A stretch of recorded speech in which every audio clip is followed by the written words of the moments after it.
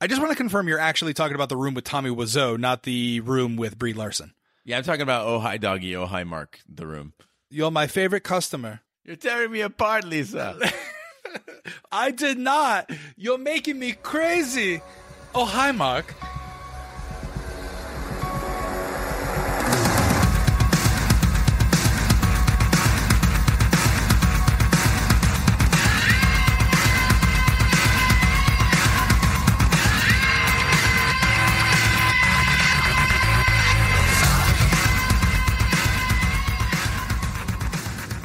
Welcome back to Shout on TV American Gods Edition, the unofficial podcast companion piece for the hit Starz series American Gods. I'm one of your hosts, Roger Roper, and alongside me is my main man, Gene Lyons. I would be happy living in a cardboard box under a highway with you.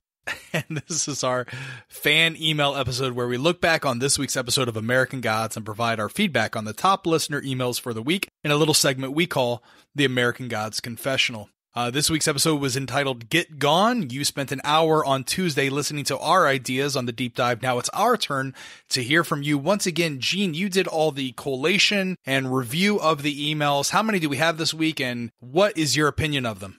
The list keeps growing. There are more this week than any other week, and I think that it was interesting curating them all because I really did not like this episode. Our audience largely did, and they wrote in with very strong support, which you'll see reflected in these emails. But there's a lot to talk about as far as the production quality of the show, about Laura's character development, about even why Robbie needed to exist, which kind of surprised me.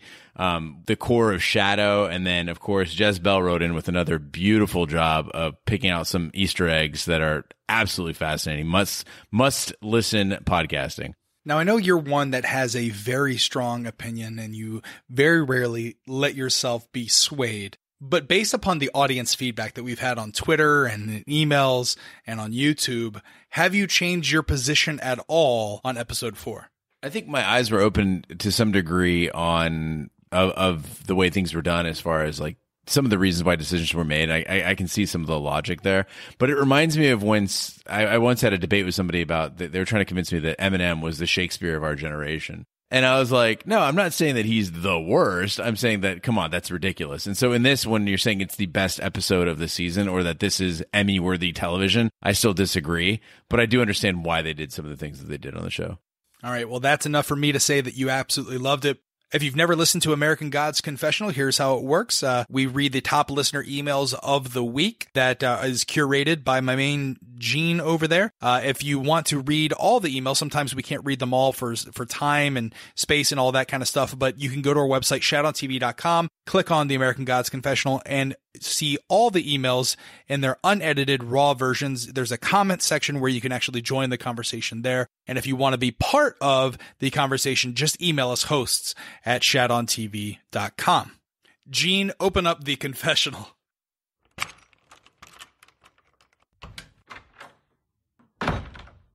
All right, our first American Gods Confessional email comes in from Kevin C. Kevin C. writes, "Hey, Shatters, Kevin here, a listener since Westworld and through Taboo. I just wanted to say that after this episode of American Gods, I feel we are watching a future classic TV show that will enter the pantheon of X-Files, Lost, Game of Thrones, as genre entertainment elevated to fine art. This show is just enormously entertaining and somehow intense and dark without being depressing. In other words, classic Neil Gaiman. Gaiman attacks his fantasy subjects, of which Sandman is a fine example, with intelligence, wit, and understanding. He manages to weave humor in without disrespecting the subject matter. Now, I haven't read the American Gods novel, but so far, I understand the fervor over this material. Gods on Earth fighting for relevance is proving to be a superb structure to hang compelling stories on, whilst simultaneously exploring the human condition, emotions, and relationship in a way that all too often gets glossed over in genre material, or rather succumbs to worn-out tropes. Lastly, that brings me to the production value on this show. It's fucking gorgeous. I appreciate your concerns voiced in the last podcast about CGI overload, but as an artist, musician, and film buff, I have to say the more fantastical landscapes and god renderings are not just artsy, but they are also soul-stirring and inspiring. As much as I got nausea from watching Hannibal, I returned every week because it was just so damn visually compelling. I couldn't believe that they were pouring such Fetishistic? Is that a word, Gene? Fetishistic? Sure. Yeah, okay. Yeah. Graphic obsession into a cannibal show. Clearly, they are maximizing those same skills towards generating amazing visuals in support of this material that begs them to go for broke production-wise. It's not like you could do this with a sitcom, eh?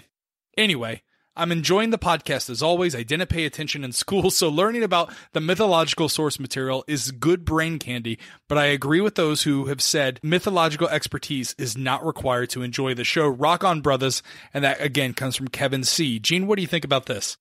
I agree with Kevin that you don't need mythological expertise to enjoy this show. It's accessible to everybody, and I think that's really good. But I would hope that, as I just conceded that there was some value to this episode or this show, I would hope that we could have a serious conversation here and go, really, are we going to talk about it being on the level of the X-Files and Lost and Game of Thrones? Like, do you think it's that good? Do I think? See, I was never really a big X-Files guy. I did watch all of Lost, and of course I've watched Game of Thrones. Do I believe it's on that level yet? No. Do I think I think probably the closest that I can compare this show to is actually go back and watch Lost. Lost is not that good. Lost in your memory is good. I'd say this is probably on par with Lost. Game of Thrones is probably still the top notch in terms of groundbreaking TV show dramas.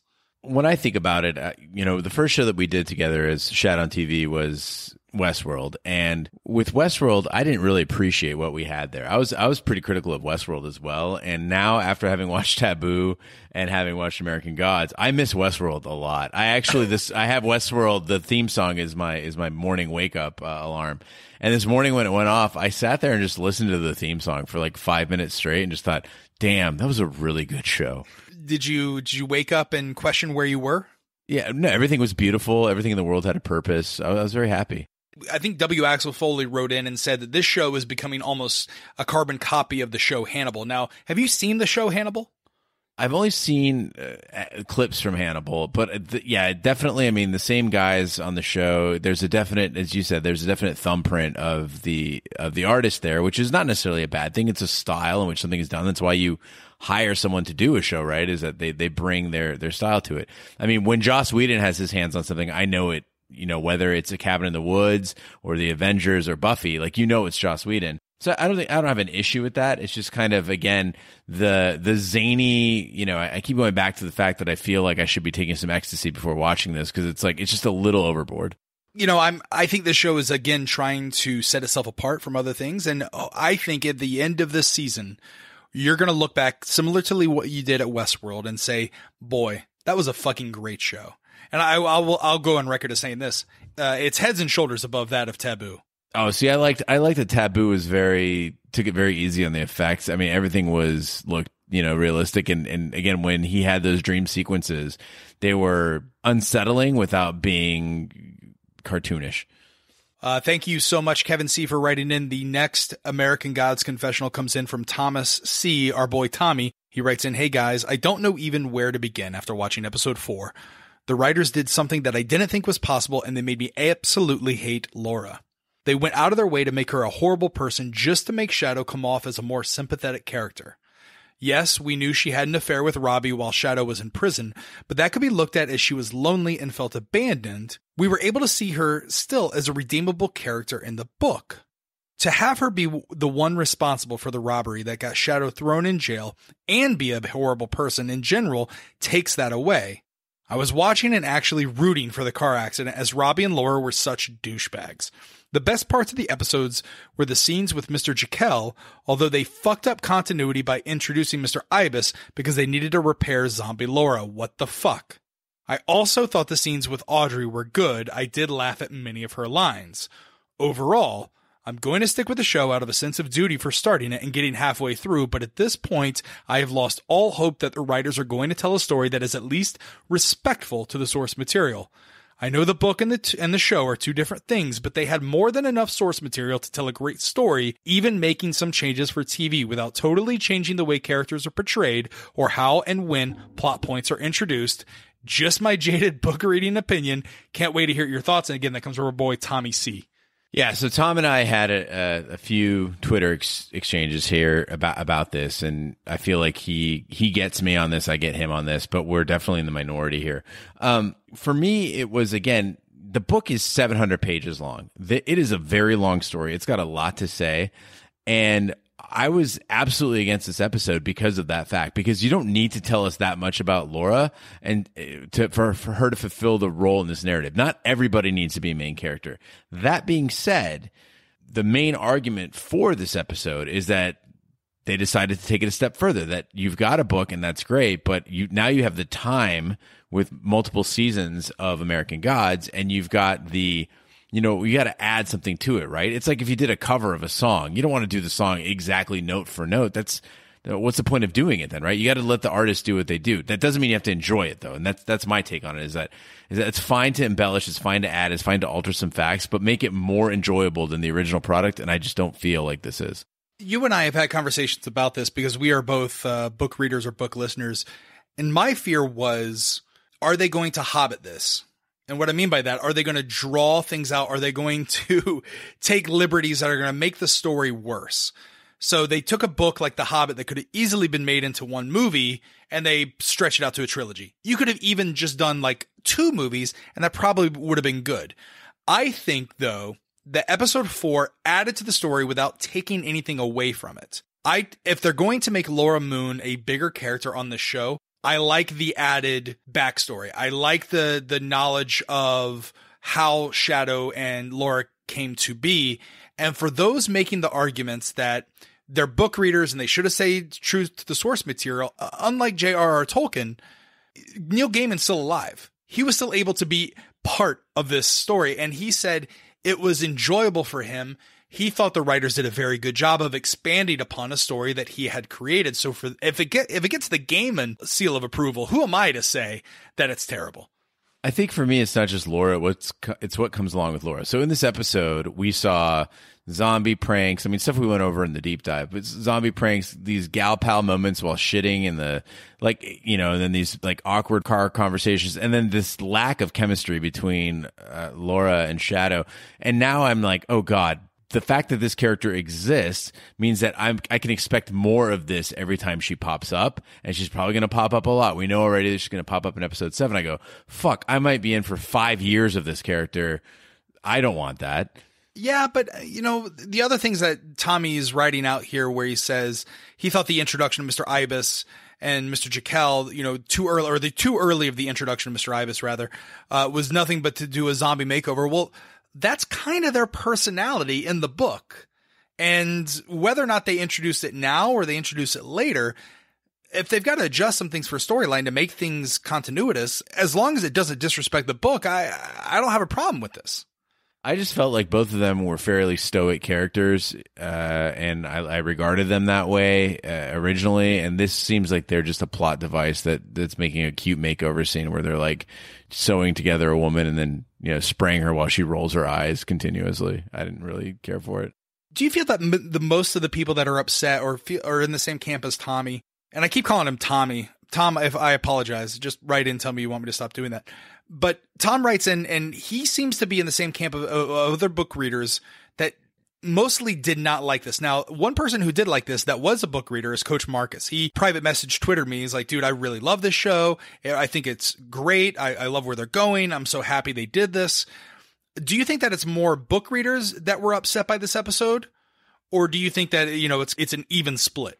I spoke a little bit about that on the deep dive, and Coach Marcus, thanks for writing in. He wrote in as well. But what I had in mind was basically, anytime you read a book, you get a mental image of what this person is like. And because we knew so little about Laura, you kind of filled in the blanks, right? So we know that she cheated on Shadow while he was in prison. She died, blowing Robbie. And we don't get a lot more on her until she's already dead, right? And so I think in that case, you fill in those blanks. Like she was probably, true to him until she had a moment of weakness, or, maybe maybe Robbie pressured her or whatever. You don't really know. And so you start filling in that story. And so when you are presented with a totally different person, I think that people have a bad reaction to that. Now, that doesn't mean the show shouldn't have a right to do whatever they want with it. I mean, they have a right to they made this a plausible character. And so I think that's fine. Again, it doesn't mean people have to like it, but I think overall, I think people who read the book and who didn't overall have had a startlingly positive reaction to this character. I was shocked. I thought literally that when I stopped watching episode 4 at the end of it, I was going to go on Twitter and see people just lighting it up as garbage, and people really liked it. You made the comparison on the deep dive to Walter White. You had mentioned that you liked him in the beginning, and so therefore you liked him in the end, no matter what he did in the middle. With this character, though, if you don't like her, isn't that kind of a better story to tell, someone you automatically don't like but may become redeemable? Tom says that in this email, he doesn't think that this character is redeemable. I think it's still possible. Your thoughts? Yeah, I mean, you could go back to Buffy and talk about characters like Angel and Spike and, say like, okay, well, they're just pretty awful all the time, but you learn to sort of love them.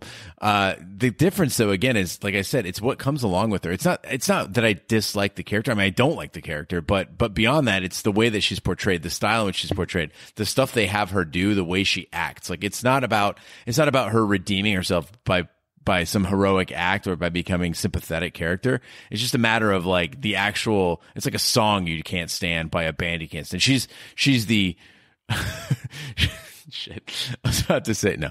Yeah, it's just like a bad song or a bad meal. You're not going to get over it. Yeah, but isn't that the show doing what it's supposed to do? Make you absolutely loathe this character? Make it a song by Justin Bieber? No, I think, again, what I'm getting at is, okay, I'm an adult. I've read books. I can think critically. I can go, yeah, here's a character I really don't like because they're a villain and I don't like anything about them, but I understand why they exist and they're executed well. On this is an objective sense. I go, this character it is a childish portrayal. It is a bunch of pranks. It's the liberties that they're taking with the character that just turns me off. It's not that I don't like Laura. I don't give a shit about Laura. She's fictional. Okay. What are the things that you're most upset about in terms of the execution? The potty humor, the her acting alone, her facial gesticulation, the way she delivers lines, it's just not believable. It's plastic. I think that the idea of Browning being a sexualized character does not fly at all. She did not sizzle on screen at all. There's nothing attractive about her. So that is an issue as well. And I'm not just saying that again from a physical sense. I'm saying literally you could be ass ugly and still pull off sexy. She can't do it. Like, she is not that person, and it's not coming across. And beyond that, it's also the predicaments that she keeps getting placed in, or just go, I'm in the closet with my arm on my shoulder. I'm walking down the street covered in blood. Embalming fluid is coming out of all my holes, and I'm scaring people in the bathroom. Now I'm on a road trip complaining about my obituary. Like, when did she get so fucking clever? Like, it doesn't work. All right, I just want to go on record by saying everything and all the choices that Emily Browning made, as well as the direction and the writing for this episode, was absolutely brilliant. But Tommy and Gene, thank you so much for the opinions, Tommy. Keep writing in. We really appreciate it. The next American Gods confessional comes in from Daniel. Daniel writes in, hey guys, I've been listening since Westworld Taboo and have followed you on to American Gods. This is my first time writing in, though, and it has to do with this extremely satisfying latest episode. I tried tweeting a few of these insights, but the 140 character limit got exhausting. While I adore the mythology and social commentary of gods in the US as being indicative of our ever-evolving belief systems and perspectives, this episode provided me some much-needed character development beyond the parade of characters we've been receiving. The show invites us to explore the nature of faith, not only with fantastical deities, but also with our day-to-day lives, such as faith in relationships or friendships, one's characters, and of course romance. Laura gives us the explicit, nihilistic perspective missing from a show exploring the nature of faith in its varying forms. What is existence like for a person who has become so disenchanted with living? Someone like Laura seems to possess maturity and stoicism that is leagues above those around her, but we come to find this is at a great cost existentially. Now, juxtaposed to someone like Laura, Shadow's badass archetype reveals some faults in someone exuding stereotypical machismo. For instance, they tend to be more gullible, naive, and susceptible to manipulation. Shadow's nature is rooted with the same vein of introspective that a nihilist might possess. He is, for all intents and purposes, happy-go-lucky compared to Laura's jaded, blithe outlook. What might be optimism to some is to a nihilist childish delusion. We can see how Laura struggles with her own sour perspective because of how bright Shadow seems to shine, not to mean that literally. Robbie is your everyman whose ego seems to be based on stereotypical machismo desire, his affinity for combat warrior tropes as expressed in his boxing or Krav Maga conversation at the barbecue, his willingness to lie to his wife about moving furniture so he can complete his next sexual conquest. His entire identity seems to be based on the need to replicate an action hero persona. However, Shadow was not far off either. He would easily fit into the dozens and dozens of mobster heist films that provide a similar fantasy fulfillment. But I think that Laura is cognizant of the difference between Robbie and Shadow, and it comes down to conviction. Robbie's actions are shallow and impulsive, while Shadow expresses real depth in their bedroom conversation about the afterlife, even if Laura laughs his beliefs off. The shots of Shadow in the boxing gym are fluid and contemplative, I believe signifying his thoughtfulness and methodical nature that contrasts with Robbie's brash excitement and titillation. What I found truly extraordinary was how the show handled how we tend to project our beliefs and desires on a romantic partner. What does this say about the reality of love overall? How altruistic can love be if someone like Robbie is willing to throw his wife away for the next best thing? In Shadow's case, how meaningful can love be if you are oblivious to how unreciprocated it actually is? The scene was peak television. The very fact that the show creators have managed to film a scene in which one woman rots while defecating and her best betrayed friend hides in the bathroom frightened was not only hilarious, but cathartic. I am so impressed that it did not turn out to be Melissa or Jenny McCarthy potty humor. This was an Emmy-winning feat. And again, this email comes from Daniel. Yeah, I can't help but think we're getting trolled here. Emmy? Like, Emmy?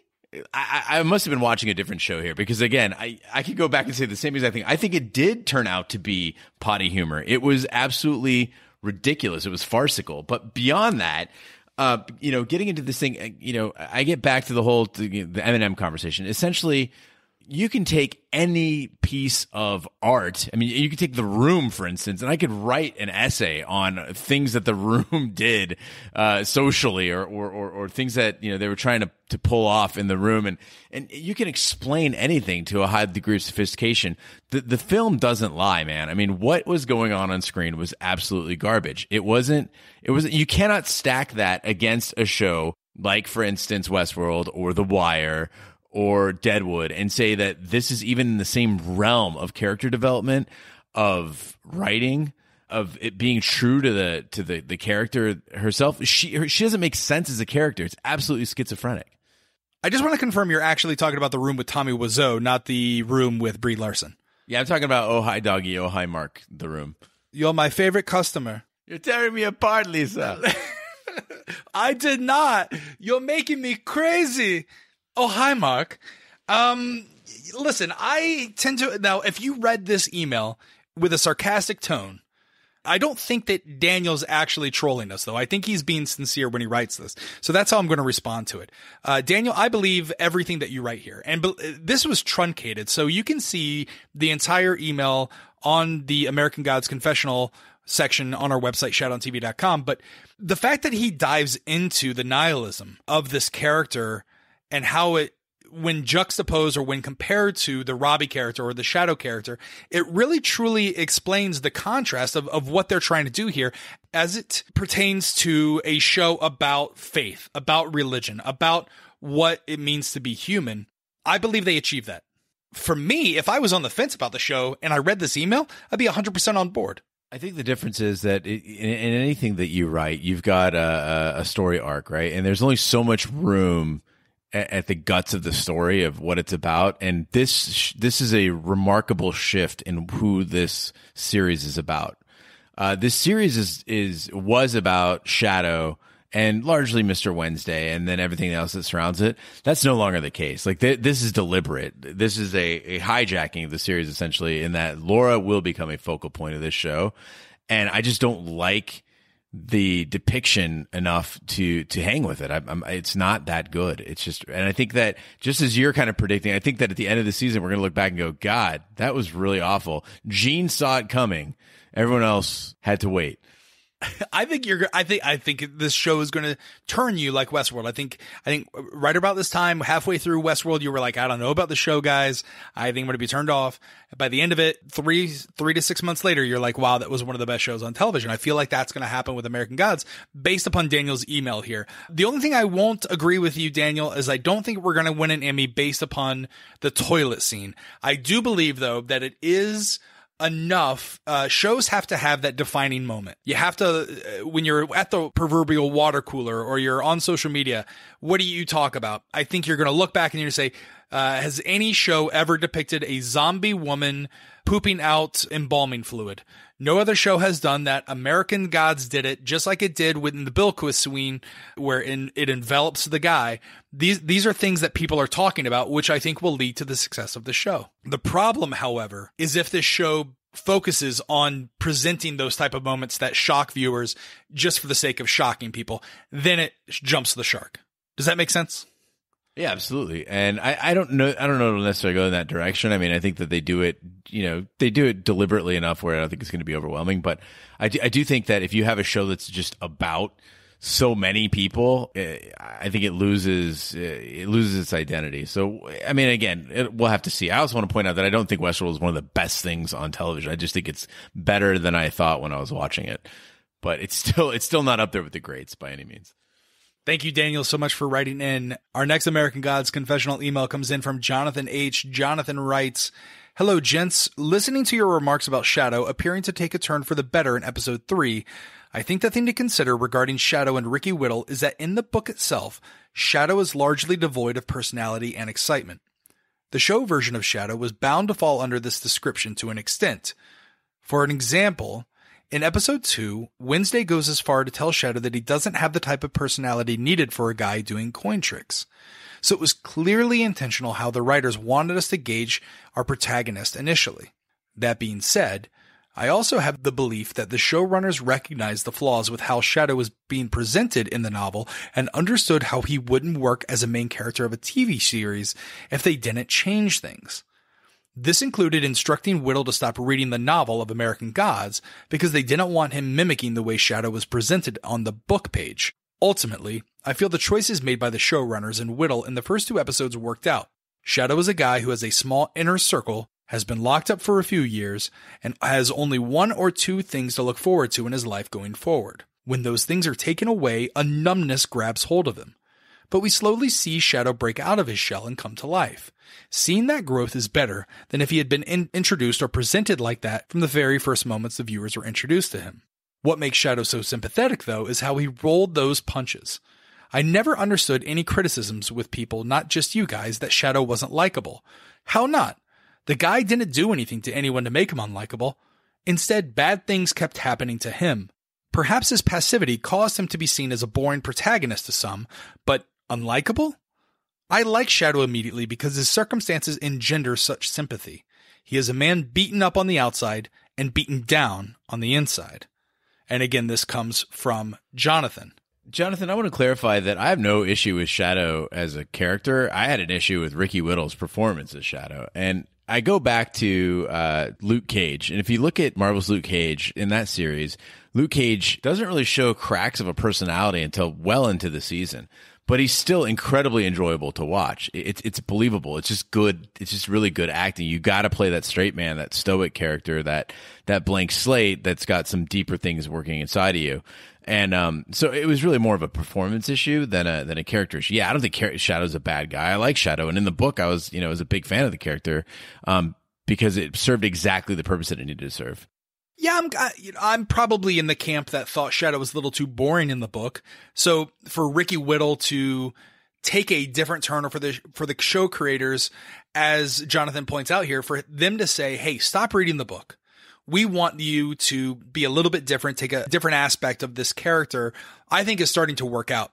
Maybe he only got through the first couple pages that we saw in episode 1 and 2, episode 3 and 4. It seems like Shadow is really kind of coming out, and that's enjoyable for me to watch on screen. I agree. I never had a problem with the character. I always liked the character, but I did believe that it was a little bit boring. And in order, as Jonathan here, I'm going to have to agree with him. You can't do a show by which the protagonist, the one we're rooting for, the one who we're seeing this world through the eyes, is just not fun to watch.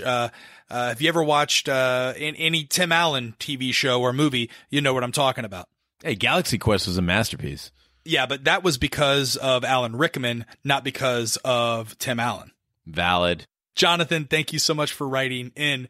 Is this our final email that we're getting to? Is this the final one? We saved the best for last. Oh, that's right. It comes from one of our favorite listeners, Jez Bell. Jez Bell writes in. Now, again, this is, I think it's an in-depth one. She has a lot of visual representations and examples and evidence of what she's writing here.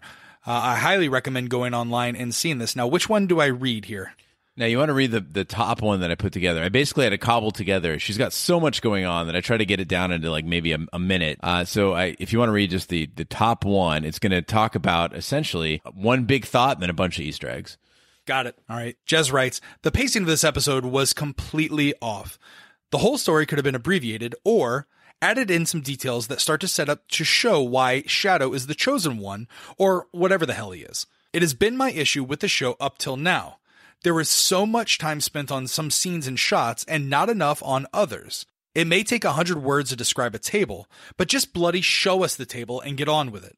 The graphics are all a bit cheesy, and the fight scenes, well, there's a difference between a comic book feel and comical. These are just not hitting the mark for me. By the way, where the fuck was Sweeney's coin? The big question I was left with was whether or not Laura may have set Shadow up to go to prison. While not entirely consciously, it may have seemed like she wanted him to, and I quote, get gone. What do you think? Shadow chooses not to split the sentence with her, so he would end up with 6 years while only serving 3. It's easy for him to stay true. He's got nothing else. Now Laura has this obligation hanging over her head and a prison of her own making. Anyways, here's some fun Easter eggs that I thought you might enjoy. The first off, the fly. The fly first appears when Laura is alone, and then we see it again with her and Shadow when he first goes to prison. We don't see any flies again until Laura is dead and Shadow is out of prison. Number 2. Now there is a story about Loki in Norse mythology who disguised himself as a fly to distract the dwarves as they forged Thor's hammer. But I've also heard suggestions that the fly could be a drone sent in by Tech Boy, but I'm inclined to believe that she is not yet on his radar at this time. I love the fly paper, though, at the end. No more Git Gone for her, not after she imagined her forever with it. Second Easter egg, the ravens. These are seen at Robbie's barbecue and again just before the accident. Now, Hugin and Munin are the 2 ravens of Odin, his eyes and ears. We see the ravens again when Shadow and Wednesday are together, so a little hint there about the ravens. Third Easter egg, Laura's TV. It's always on when she gets home, and it's a bit judgy, starting with, why are you home so late, Missy? And then, ooh, who's this now? Perhaps this is media always watching. And here, just before she notices her dead cat and commenced the affair with Robbie, Woody Woodpecker, possibly a euphemism for Laura, is about to walk the plank. Perhaps this is a slow, humiliating execution for the amusement of the audience. Nice foreshadowing. And again, this comes from Jez Bell, and I did not pick up on any of the things with the televisions or the ravens, but she put some screenshots on here, and I think she actually put additional Easter eggs here that we couldn't get to. But again, go to the website and you can see it all. This is something I'd never thought about, Jez Bell, and there are a couple of things that I didn't notice. But I'll take one. I think, Raj, you could take some of the other ones. But I want to start with this idea that she set Shadow up. This makes a lot of sense, actually. Laura comes to him kind of out of the blue, and her solution to perk herself up is to rob the casino, right? And he's even like, what? That makes no sense. That's going to make you happy? And she's like, well, not necessarily. But point being, maybe robbing the casino isn't what makes her happy. Maybe getting rid of Shadow is what makes her happy, right? Giving herself some space there, some distance in the relationship. It's the perfect out when you think about it. You don't want to break up with a person that you're sick of. You don't want to deal with that guilt. Just send them away for a while. And maybe, maybe that absence makes the heart grow fond after 3 years, and then they come back. And in the meantime, you can explore some other stuff. If she is as dark as to go to this level, then this actually becomes a very interesting character to me.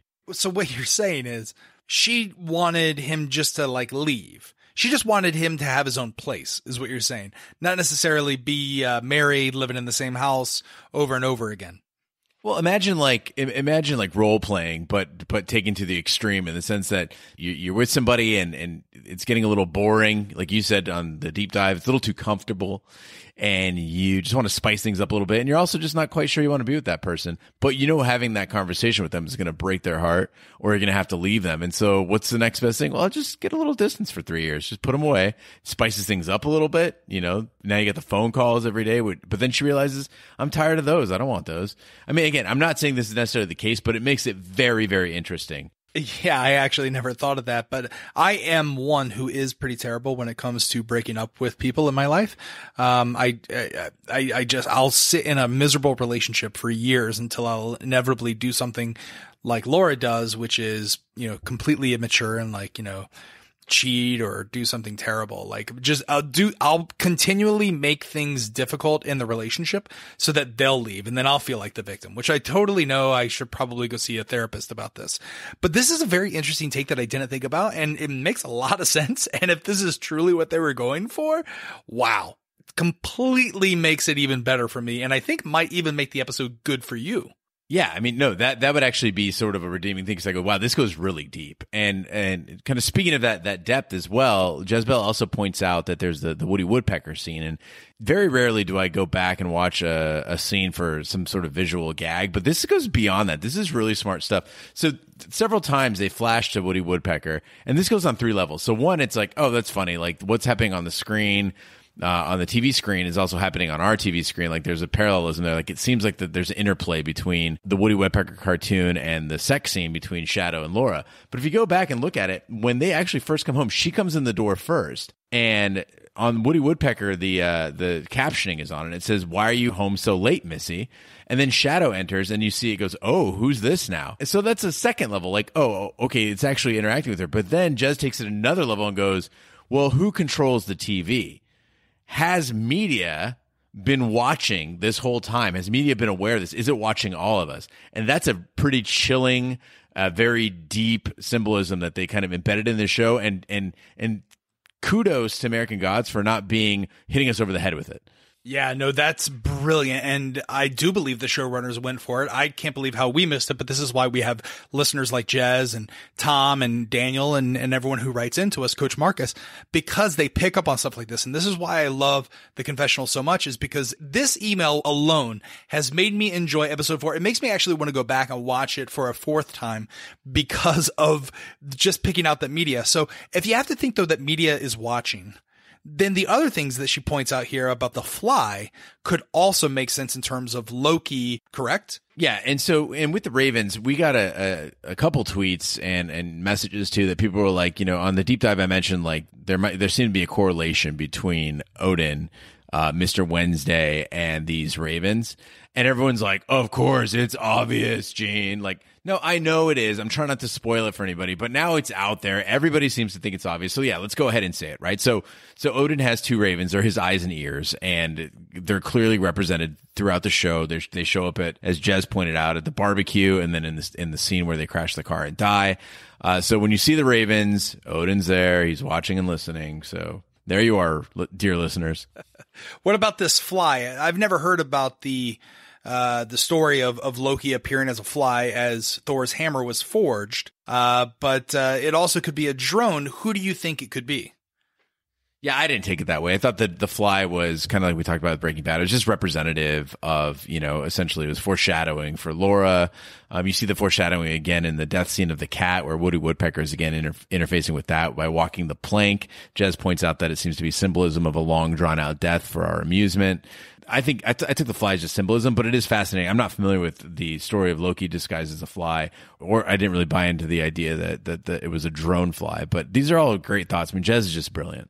Again, you can check out all of this and all of our emails on shadontv.com. Just navigate to the American Gods confessional. That closes the door on this week's confessional. If you want to, again, be part of the conversation, please email us, hosts@shadontv.com. Is there anything you want to talk about before we get gone and get ready for Sunday's episode 5? I just wanted to add that, Jez writes to us a lot, and a lot of this stuff is featured on her blog as well. So I think we should give credit where credit is due. So I believe that Jez is at Jezzy Bell, so it's JEZZIE Bell.wordpress.com. And we'll put a link to that too on her post, but just go ahead and check out her blog. She's got this and a lot more there, and we do appreciate her contributions as well as everyone else's contributions to the confessions.